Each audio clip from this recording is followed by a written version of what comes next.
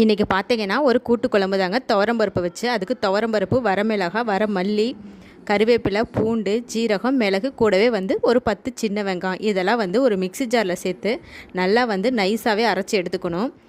இப்போது நெல்லிக்காய் சைஸ் அளவுக்கு புளியை நல்லா கரைச்சி இது கூடயே சேர்த்துக்கங்க. இது கூடயே நம்ம குழம்புக்கு தேவையான அளவுக்கு தண்ணி விட்டு நல்லா தண்ணியாட்டமே கலந்துருங்க. நல்லா ஏன்னா துவரம்பருப்பு சீக்கிரமே குழம்பு திக்காக்கிடும். அதனால் நல்லா தாராளமாகவே தண்ணி விட்டு கலந்துக்குங்க. கூடவே கொஞ்சமாக மஞ்சத்தூள், தேவையான அளவு உப்பு சேர்த்து வச்சுக்கோங்க. இப்போது ஒரு கடாயில் எண்ணெய் ஊற்றி கடுகு உளுந்தம்பருப்பு தாளித்து விட்டுருங்க. கூடவே வாசனைக்காக கருவேப்பிலை, சின்ன வெங்காயம், 2 தக்காளி இதெல்லாம் சேர்த்து நல்லா வதக்கி விட்டுருங்க. கண்டிப்பாக பெருங்காயத்தூள் சேர்த்துக்கோங்க.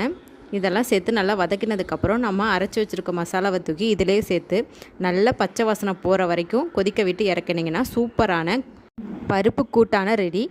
களி கூட செம்ம அட்டகாசமாக இருக்கும். ட்ரை பண்ணி பாருங்கள்.